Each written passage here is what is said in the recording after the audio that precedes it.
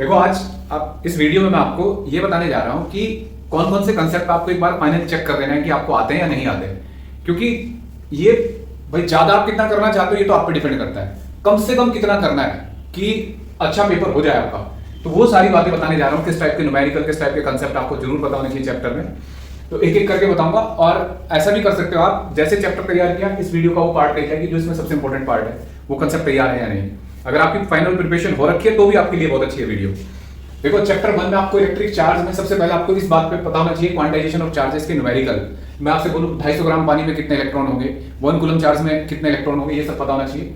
Coulomb's law का basic पता होना चाहिए, उसके बेसिक न्यूमेरिकल जैसे दो चार्ज के बीच में कहां रखे, तीसरा चार्ज पे फोर्स लगे, जीरो फोर्स लगे, ये किसी कॉर्नर पे चार्ज पता कर लें आपसे, ठीक है। फिर इलेक्ट्रिक फील्ड लाइन की प्रॉपर्टीज आपको आनी चाहिए बहुत अच्छे से, वो इंटरसेक्ट क्यों नहीं करती है, ये सब। फोर्स, कूलम फोर्स और इलेक्ट्रिक फील्ड में क्या रिलेशन है, चार्ज पार्टिकल का एक्सेलरेशन कितना होगा इलेक्ट्रिक फील्ड में रखते हैं, इसके बेसिक से न्यूमेरिकल। फिर इलेक्ट्रिक फ्लक्स क्या होता है, और ऐसे क्यूब के क्वेश्चन, सिलेंडर के क्वेश्चन इलेक्ट्रिक फील्ड देके आपसे पूछेगा इससे कितना फ्लक्स पास हो रहा है। गॉस थ्योरम, उसका प्रूफ, एक्सप्लेनेशन प्रॉपर आना चाहिए आपको, क्या मतलब है उसका। और ऐसे क्वेश्चन क्यूब के अंदर चार्ज रखा हुआ है तो कितना फ्लक्स पास होगा, ऐसे ये दो क्लोज सरफेस दे रखे हैं इनके अंदर फ्लक्स या चार्ज कितना होगा, ये पूछा जाएगा। Electric field due to non linear charge conducting sphere large conducting sheet, ये डेरिवेशंस हैं जो आपको आने चाहिए। इलेक्ट्रिक डाइपोल में आपको आना चाहिए कि डाइपोल रखे हैं, 2-3 डाइपोल रख दिए, किसी एंगल पर पूछा कि नेट डाइपोल मोमेंट बताओ।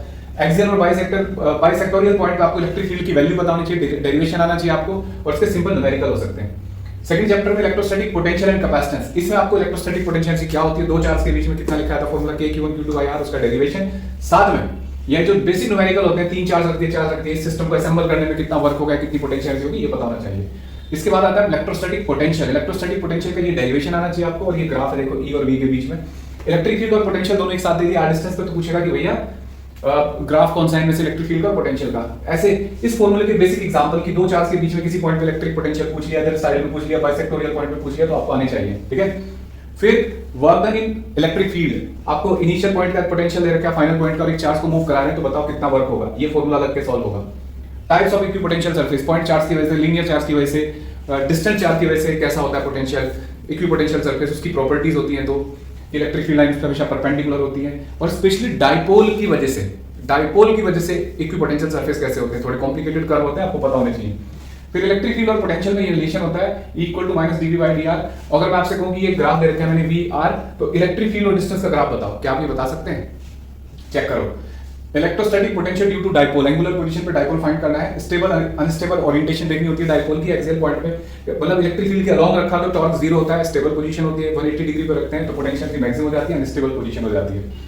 कैपेसिटर का फॉर्मूला ये ε0t/d, इसकी फॉर्मूले का डेरिवेशन आना चाहिए। और जो सबसे इंपॉर्टेंट पार्ट है इसमें वो है डाइलेक्ट्रिक, कि डाइलेक्ट्रिक डालने कैपेसिटर के अंदर, अगर वो बैटरी से कनेक्ट है तो क्या होगा, बैटरी से डिस्कनेक्ट है तो क्या होगा, उसके चार्ज पे, उसके इलेक्ट्रिक फील्ड पे, उसकी कैपेसिटेंस पे, उसकी एनर्जी पे, उसके पोटेंशियल पे क्या क्या असर पड़ेगा, ठीक है। सिंपल ग्रुपिंग पता होनी चाहिए कि सिंपल ग्रुपिंग के क्वेश्चन आ सकते हैं, बहुत रेयरली आते हैं, ज्यादा इंपॉर्टेंट ये पॉइंट है। करंट इलेक्ट्रिसिटी में ड्रिफ्ट वेलोसिटी क्या होती है, इसके ये फॉर्मूला, करंट इलेक्ट्रिसिटी में रिलेशन, करंट में और ड्रिफ्ट वेलोसिटी में रिलेशन, ये करंट डेंसिटी और इलेक्ट्रिक फील्ड, इसको वेक्टर फॉर्म भी बोलते हैं ओम्स लॉ की। और साथ में यहाँ आपको ये न्यूमेरिकल आने चाहिए कि कंडक्टर के क्रॉस वेरिएबल क्रॉस सेक्शन है तो कौन सी क्वांटिटी कांस्टेंट होगी, बैटरी को डबल कर दिया उसके वोल्टेज को तो बताओ ड्रिफ्ट वेलोसिटी कितनी बदलेगी, करंट डेंसिटी कितनी बदलेगी, ये सारी बात पता होनी चाहिए। रेजिस्टिविटी टेम्परेचर के साथ कैसे वेरी करती है, कंडक्टर की, इंसुलेटर की और सेमीकंडक्टर्स की, ये ग्राफ। रेजिस्टेंस का टेम्परेचर के साथ वेरिएशन, और ज्योमेट्री बदलने से वायर को खींच दिया, कंप्रेस कर दिया, दो वायर एक साथ रख दिए तो उनका रेजिस्टेंस कैसे वेरी करता है। बहुत सिंपल सर्किट, ऐसे सर्किट आपको सॉल्व करने आने चाहिए, जैसे दो सीरीज में फिर पैरेलल में बताएंगे करंट कितना होगा, ये सिंपल सर्किट है। अगर किरचॉफ वोल्टेज लॉ पे बेस्ड सर्किट, केसीएल और केवीएल की डेफिनेशंस आनी चाहिए आपको, और ऐसे सर्किट अगर आप सॉल्व कर सकते हो तो ठीक है, इसका मतलब अगर आप नहीं कर पा रहे तो भैया मेहनत कर लो, ठीक है।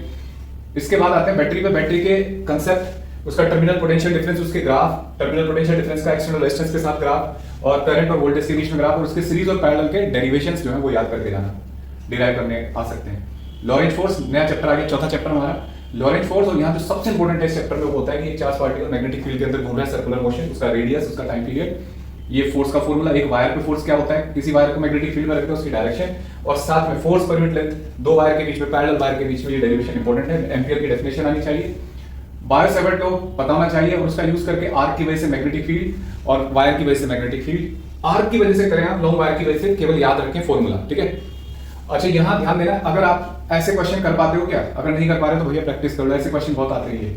दो शेप रख दी, उनके बीच में मैग्नेटिक फील्ड, जैसे वायर इस तरीके से, ये दो कॉइल रख दी, यहाँ रख दिया, ये आने चाहिए आपको।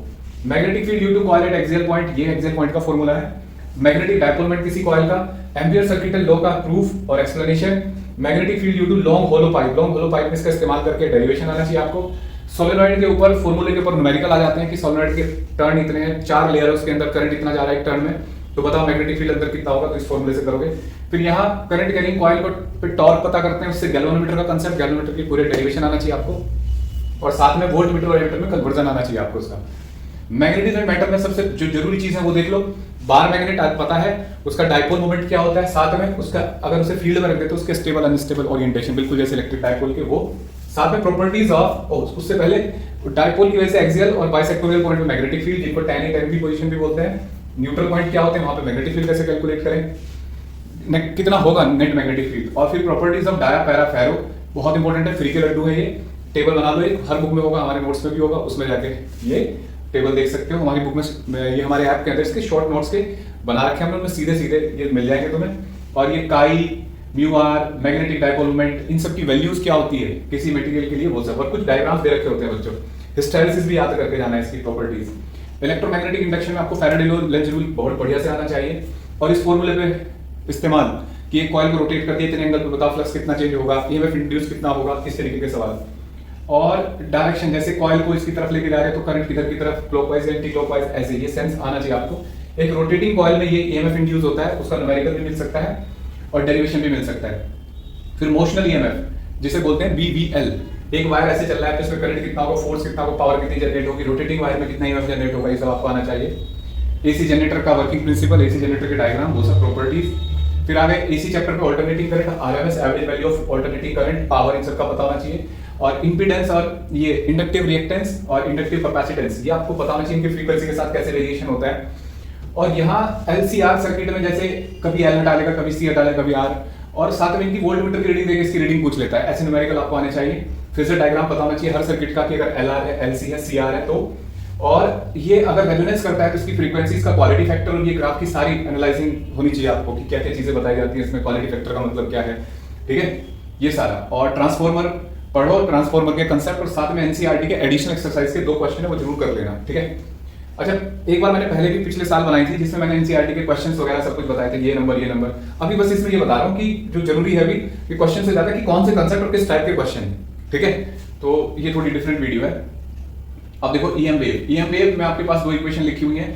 जैसी ये इक्वेशन लिखी होती है तो इलेक्ट्रिक फील्ड की इक्वेशन लिख देगा, बोलेगा बताओ इसकी डायरेक्शन क्या है, इसकी वेवलेंथ क्या है, फ्रीक्वेंसी क्या है, या वेव की इक्वेशन देके इलेक्ट्रिक फील्ड में, मैग्नेटिक फील्ड में पूछ लेगा, या ऐसा करा लेगा कि डायरेक्शन ऑफ प्रोपगेशन बताओ, इस तरीके के क्वेश्चन आते हैं। डिस्प्लेसमेंट करंट में न्यूमेरिकल आते हैं, ठीक है। और use of EM wave 3 number का चैप्टर है, यूज ऑफ ईएम वेव, जैसे माइक्रोवेव का यूज किया है, अल्ट्रावायलेट रेज का यूज किया है, ये सब आपको पता होना चाहिए, ठीक है। अब आ जाते हैं रे ऑप्टिक्स पे। रे ऑप्टिक्स में मिरर फॉर्मूला, इसका डेरिवेशन आ सकता है, और आपको रे ट्रेसिंग पता होनी चाहिए, जैसे मिरर के सामने ऑब्जेक्ट रखा है तो इमेज कहां बनेगी। फिर ये बहुत इंपॉर्टेंट फॉर्मूला, इसका डेरिवेशन आपको पता होना चाहिए, रिफ्लेक्शन थ्रू कर्व्ड सरफेस। और यहाँ जो ये क्वेश्चन आते हैं इस तरीके की, ये मीडियम है, इसके आगे एक ऑब्जेक्ट रखा है, इमेज बताओ। यहाँ एक कांच के स्फीयर के अंदर एक ऑब्जेक्ट है, उसकी इमेज कहां दिखाई देगी, इधर ऑब्जर्वर हो तो इधर हो तो कहां दिखाई देगी। उसके बाद एक स्फीयर है, लाइट रे ऐसे आ रही है तो फाइनल इमेज कहां बनेगी। लेंस मेकर फॉर्मूला पे क्वेश्चन आते हैं। लेंस का फॉर्मूला ये है, अलग अलग by convex, equi convex, equi concave के लिए फोकल लेंथ, इसको ऐसे कट कर दिया जाए, ऐसे कर दिया जाए तो फोकल लेंथ क्या होगी, मीडियम बदल जाए तो क्या होगा, नेचर बदलेगा, नहीं बदलेगा, फोकल लेंथ कितनी होगी, इस तरीके के फॉर्मूले। Lens formula, lens ray tracing, ये सारी रे डायग्राम आपको पता होना चाहिए, लीनियर मैग्निफिकेशन, ये फॉर्मूला। और यहाँ लेंस अगर ऐसे रख दूं मैं एक ऑब्जेक्ट तो आप फाइनल इमेज पता कर पाते हो, उसका साइज पता कर पाते हो, तो इसका मतलब ठीक है, आपने पढ़ रखा है इसका मतलब। और यहाँ कॉम्बिनेशन ऑफ लेंस है, 2-3 लेंस रख दी तो उनकी फोकल लेंथ, ये डेरिवेशन भी आपको आना चाहिए। लेंस मेकर फॉर्मूला का डेरिवेशन भी बहुत इंपॉर्टेंट है। प्रिज्म फॉर्मूला, इसका प्रूफ आना चाहिए आपको। और प्रिज्म में ये 2 टाइप के सवाल बहुत आते हैं बच्चों। प्रिज्म पे 90 डिग्री पे लाइट रे गिर रही है, ये ऐसे जा रही है ग्रेसिंग, या यहाँ से आ रही है और टच करके जा रही है, तो ये 2-3 न्यूमेरिकल आपको सैंपल पेपर में बुक में मिल जाएंगे, वो करो। फिर टीआईआर के बारे में बता रहा हूँ, टीआईआर क्या होता है, इसके example rainbow, mirage, looming, optical fibre, उस सब की बातें। साथ में ये ऐसे क्वेश्चन होते हैं कि एक बल्ब पानी के अंदर रखा है, कितने एरिया से लाइट बाहर निकलेगी, है ना, ये सारे आपको पता होने चाहिए। और एक एपरेंट डेप्थ और एपरेंट शिफ्ट का कांसेप्ट पता होना चाहिए। Diagram and formula of microscope telescope, देखो माइक्रोस्कोप टेलीस्कोप का फॉर्मूला पता हो, कम से कम डेरिवेशन नहीं कर सकते, और उसका डायग्राम पता होना चाहिए प्रॉपर। और advantage of Cassegrain telescope over refracting telescope, ये इंपॉर्टेंट क्वेश्चन है। अब वेव ऑप्टिक्स में आ जाओ। हाइगन्स प्रिंसिपल का कांसेप्ट पता होना चाहिए, हाइगन्स प्रिंसिपल क्या है। और ये अनसर्टेनिटी गलत लिख दिया बच्चों यहाँ पे, ये गलत लिखा गया है। हाइजेंस प्रिंसिपल और रिफ्लेक्शन और रिफ्रैक्शन का प्रूफ का जो डेरिवेशन होता है हाइजेंस प्रिंसिपल से, वो पता होना चाहिए आपको। और लेंस से जब कोई वेव फ्रंट पास होता है तो उसकी शेप कैसे बनेगी, जैसे यहाँ 2-4 एग्जांपल लिखे हैं, वो आपको पता होना चाहिए, ठीक है। और वेव फ्रंट की प्रॉपर्टीज, इक्विपोटेंशियल जैसी प्रॉपर्टीज होती है। YDSC में विड्थ ऑफ स्लिट्स पता होनी चाहिए, position of NH, bright fringe and dark fringe, ये इस पे न्यूमेरिकल होते हैं कि वेवलेंथ इतनी होगी तो क्या होगा, और इन पे जो फ्रिंज विड्थ होती है, पैटर्न होता है, उस पे इफेक्ट क्या होगा अगर स्लिट विड्थ बढ़ा दें, वेवलेंथ बदल दें, मीडियम बदल दें, स्लिट सेपरेशन बदल दें, सोर्स और स्लिट्स, स्क्रीन और स्लिट्स के बीच का गैप बढ़ा दें, तो इस तरीके के क्वेश्चन। फिर इंटेंसिटी का क्वेश्चन आता है कि बताओ वो जगह कहाँ होगी जहाँ इंटेंसिटी पहले के आधा हो जाएगी, डबल हो जाएगी, इस पे फॉर्मूला, तो ये सब आपको आने चाहिए एज ए न्यूमेरिकल। डिफ्रैक्शन में विड्थ ऑफ सेंट्रल मैक्सिमा, ये बात बहुत इंपॉर्टेंट है। और difference between interference and diffraction, ये आपको पता होना चाहिए। डुअल नेचर में फोटोन के पहले ध्यान रखो, फोटोन का मोमेंटम क्या होता है, उसकी कुछ प्रॉपर्टीज, और रेडिएशन आ रहा है तो उससे कितनी पावर जनरेट होगी, पावर का फॉर्मूला होता है, फिर इंटेंसिटी कितनी सरफेस पे आएगी, ठीक है। ये कुछ बेसिक न्यूमेरिकल होते हैं इस पे। यहाँ गया ये फोटो इलेक्ट्रिक इफेक्ट, इस फॉर्मूले पे न्यूमेरिकल होते हैं। Maximum kinetic energy, stopping potential में क्या रिलेशन है फोटोन की एनर्जी और वर्क फंक्शन में। साथ में ये कुछ ग्राफ होते हैं करंट और वोल्टेज के बीच में, वोल्टेज और वेवलेंथ के बीच में, फ्रीक्वेंसी के बीच में। फिर यहाँ एक बहुत इंपॉर्टेंट टॉपिक होता है de Broglie wavelength, P = h/λ h/mv और h/√2mk, K for kinetic energy है यार, V फॉर एक्सीलरेटेड वोल्टेज, बहुत इंपॉर्टेंट है बेटा। एटम, अब एटम के अंदर जाओ, रदरफोर्ड का एक्सपेरिमेंट है, उसमें क्लोजेस्ट डिस्टेंस ऑफ अप्रोच क्या होती है, और एक डायग्राम दे रखा है और एक ग्राफ दे रखा है स्कैटरिंग एंगल के साथ, number of scattered alpha particle का, वो याद होना चाहिए। बोर्स के 3 पोस्टुलेट बहुत सही से क्लियर होने चाहिए आपको, रेडियस और एनर्जी के डेरिवेशन है, वेलोसिटी के, वो आपको आने चाहिए। और वेवलेंथ, एक एक्साइट लेवल से दूसरे ग्राउंड स्टेट में आ रहा है, कहीं पे भी नंबर ऑफ वेवलेंथ और वेवलेंथ की वैल्यूज के न्यूमेरिकल आने चाहिए आपको, ठीक है। इसके बाद न्यूक्लियस में आओ, size and density of nucleus, ये पता होना चाहिए। एटॉमिक मास कैसे कैलकुलेट करते हैं किसी न्यूक्लियस का, वो पता होना चाहिए। बाइंडिंग एनर्जी कैसे कैलकुलेट करते हैं, इस बाइंडिंग एनर्जी कर्व का क्या मतलब है, क्या इसकी ऑब्जर्वेशन है, क्या इसके कंक्लूजन है, सारी बात पता होनी चाहिए, ठीक है। क्यू एनर्जी किसी न्यूक्लियर रिएक्शन की क्या होती है, फ्यूजन अगर एक रिएक्शन का हो रहा है तो उससे कितनी एनर्जी रिलीज होगी, और उसके न्यूक्लियर रिएक्टर के न्यूमेरिकल कि हमने 10 साल में कितना न्यूक्लियर फ्यूल हम कंज्यूम करेंगे अगर हम इतनी वाट का न्यूक्लियर रिएक्टर है तो, ठीक है। ये मल्टीप्लिकेशन रेशियो होता है, जैसे K <1 > 1 = 1 कब रखा जाता है, मॉडरेटर क्या है, कंट्रोल लोड्स क्या है, ये पता होना चाहिए। सेमीकंडक्टर डिवाइसेस में आपको एनर्जी बैंड थ्योरी पता होनी चाहिए, कंडक्शन की, कंडक्टर की, इंसुलेटर की, और सेमीकंडक्टर की थ्योरी क्या है, डिफरेंस क्या है, एन टाइप और पी टाइप में क्या डिफरेंस होते हैं एनर्जी बैंड डायग्राम में, एक्सेप्टर क्या होते हैं, डोनर क्या होते हैं, और ये न्यूट्रल होते हैं क्या होते हैं, पी एन जंक्शन कैसे बनता है, पी एन जंक्शन पे डोपिंग का क्या इफेक्ट होता है, पी एन जंक्शन की प्रॉपर्टीज, उसका डायग्राम, उसमें बैरियर पोटेंशियल क्या होता है, ठीक है, ये सब पता हो। साथ में पी एन डायोड की क्या इस्तेमाल क्यों है, क्या है, बाइसिंग क्या होती है, फॉरवर्ड बाइसिंग, रिवर्स बाइसिंग, और ऐसे कुछ बेसिक न्यूमेरिकल कि इसमें यहाँ कितना करंट जाएगा, इनकी वैल्यूज दे देगा आपको, इनके वोल्टेज दे देगा, आइडियल डायोड है तो होगा। फिर ये बायस, रिवर्स बायस है, फॉरवर्ड बायस, ऐसे न्यूमेरिकल। इसके बाद half wave rectifier, full wave rectifier का डायग्राम, और बच्चों ऐसे कुछ numerical, half wave, full wave rectifier की प्रॉपर्टीज, डायग्राम, प्रॉपर एक्सप्लेनेशन, और डायोड ऐसे ही वोल्टेज दे दिया तो आउटपुट क्या होगा, डायोड के क्रॉस कितना आउटपुट होगा, इसके क्रॉस, इस तरीके के सवाल आते हैं बेटा।